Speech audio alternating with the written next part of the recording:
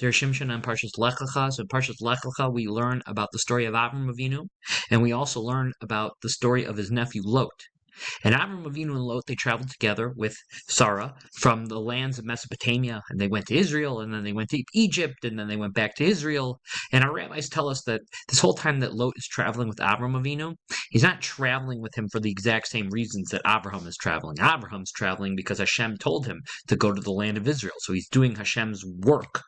And he's also intending to increase Hashem's dominion over the world, so to speak, by bringing more people to recognition that there's only one God in this world. That's his whole tachlis, his whole purpose in life. But Lot, he's just trying to get rich. He heard that Hashem promised Abraham renown and money, and Lot is just traveling so that hopefully he can ride on the coattails and get some of that too. And while Abraham and Lot were together in Egypt, our rabbis tell us that Lot saw the decadence of the Egyptians, and he saw all the immorality. And he wished that he could have participated with the Egyptians.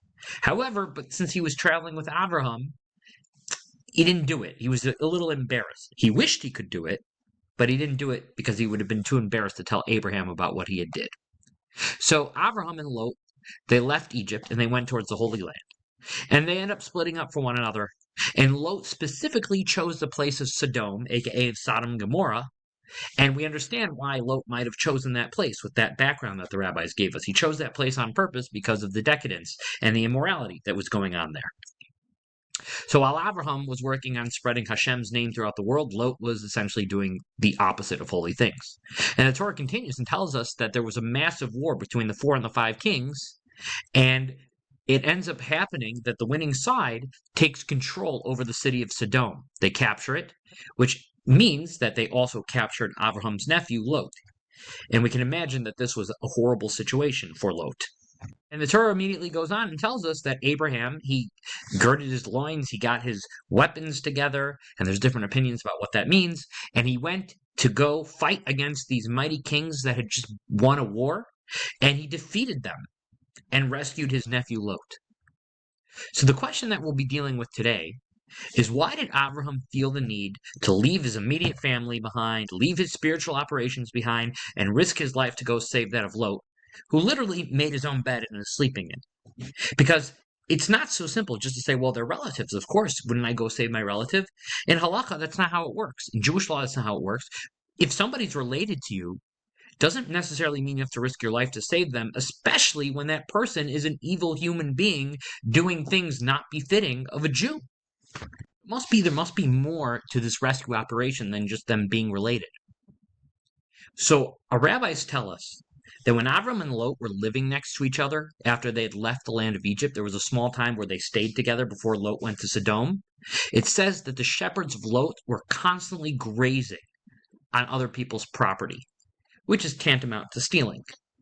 And Abraham told Lot, look, you and I cannot live next to each other anymore. I can't have that your shepherds are stealing and stuff. We can't live next to each other. And the question is why? Abraham has his own shepherding company, Abe's shepherding company. Lot has his own shepherding company called Lot's shepherding company. What's the big deal, Abraham? Why are you meddling in the way that Lot runs his shepherding company? So some opinions actually say that Abraham and Lot looked exactly the same. If you would have saw their face, you would basically not be able to tell the difference between who's who. So what happened is that Lot's shepherds would constantly be stealing, and then people would knock on Abraham's door. Hey, why are you stealing from me? Meaning that Abraham was being blamed for what Lot was doing because of how much they looked alike. So that's why Abraham said, we can't be near each other anymore if you're going to behave this way, because I'm going to keep getting blamed for your bad decisions. Now let's connect this all back to the Zera Shimshon, who takes us back to what we were speaking about when Lot got captured. The Zera Shimshon says that Abraham didn't save Lot because they were relatives, because Lot was not a good guy and had broken himself off from Abraham a long time before. He had to save Lot because it was a chilul Hashem to have Lot in captivity, because everyone thought that these kings had captured Abraham. And it's not that Avram was some sort of egomaniac and he's like, well, I can't have people think that I'm captured, so I have to go rescue Lot because we look exactly the same. No. It's that Avram realized in his mind that, and keep in mind, this is the man who had been saved from the fiery furnace, that he was given divine grace. And if people saw that Abraham was captured so easily without any divine intervention, they would think that God is either weak or doesn't exist, and that all the miracles that God did for Abraham were really just sleight of hand up to this point, and his luck has run out. The world would think that Abraham had been captured and possibly killed, because who knows what they were going to do to Lot afterwards.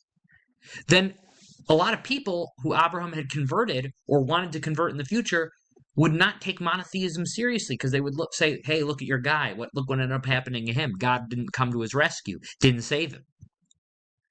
So to avoid Chila Hashem, Avram was willing to risk his life and almost depend on a miracle to bring about sanctification of Hashem's name.